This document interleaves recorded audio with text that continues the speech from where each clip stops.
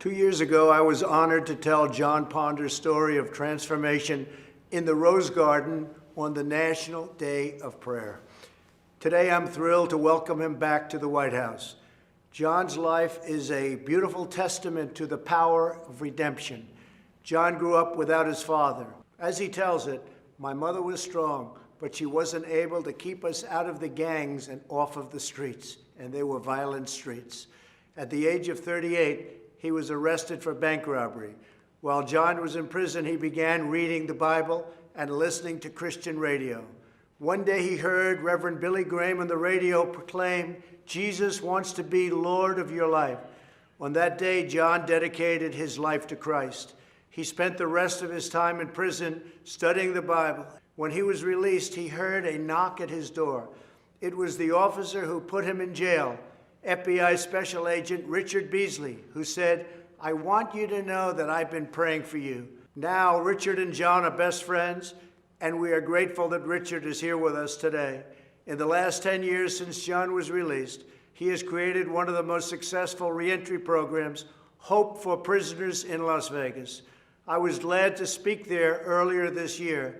As John says, Hope for Prisoners is a movement that began as a dream in a tiny prison cell and is now making a difference in the lives of thousands, truly bringing hope that there is an opportunity and a community that is waiting and willing to offer them a second chance. John, we honor your devotion to showing returning citizens that they are not forgotten. We believe that each person is made by God for a purpose.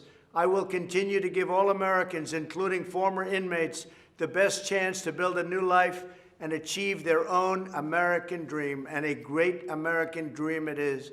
Now I'd like to ask John and Richard to say a few words. I can't tell you how grateful I am to have the opportunity to speak here today. Not so long ago, my life was running from the police, fearing the police, and avoiding the police. Not because of anything that the police had done to me personally, but due to the animosity I had allowed to grow inside of me, making me believe that they were my enemy.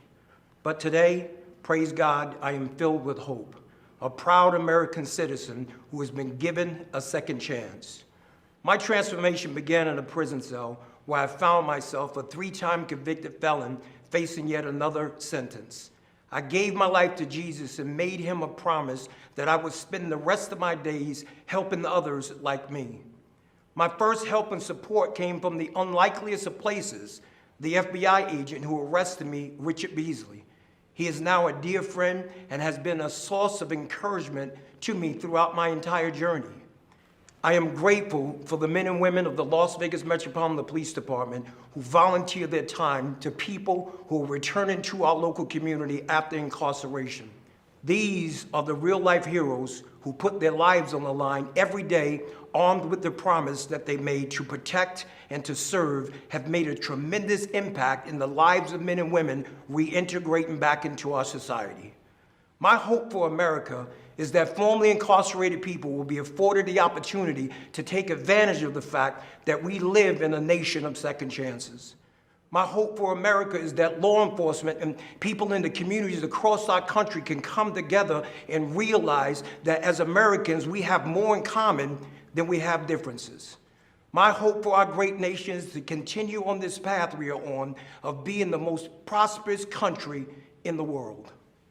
I'm so proud of John with his life's turnaround and for all the lives that he's helped to change. It may be hard to believe that as a retired FBI agent, one of my best friends is a person I arrested for bank robbery. When I met John 15 years ago, he was angry, scared, frustrated, and anxious about his future. On the drive to prison, I stopped at a convenience store and bought John a coffee and a donut. After he was sentenced, John sent me a necktie and a note thanking me for treating him like a gentleman. 5 years later, when he got out of prison, John called me and wanted to meet for lunch. He was a different man. He talked about starting a reentry program for men and women coming out of prison. Over time, John earned the trust and respect of the law enforcement community, many of whom volunteer in John's Hope for Prisoners program. I'm grateful for President Trump's commitment to criminal justice reform. On February 20th of this year, he was the guest speaker at the Hope for Prisoners graduation. He stayed much longer than scheduled to hand out diplomas to the 29 men and women who graduated that day. What a sight. The most important man in the free world shaking hands and pledging his administration's support to ex-offenders. Their families were there, the community was there. What a great second chance. I also appreciate President Trump's support for law enforcement. I always felt like I had strong support as an FBI agent, but there's nothing worse than knowing you're being second-guessed when you're doing your job. In certain parts of our country right now, law enforcement doesn't feel like they have the support from their local leaders. They're being painted with a broad brush, unfairly, with calls for defunding. But as President Trump knows, the overwhelming percentage of law enforcement officers are good, smart people who are doing their jobs very well. And they can change the world working with people like John. Thank you.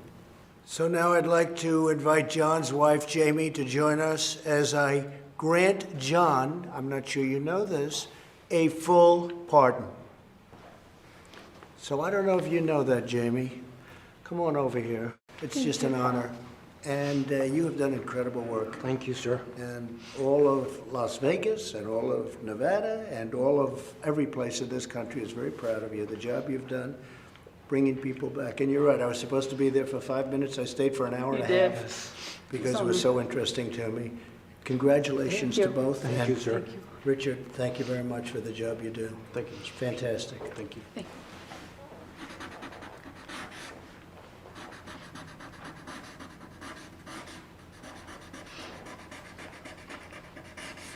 Okay. I think I'll give it to Jamie. What do you think?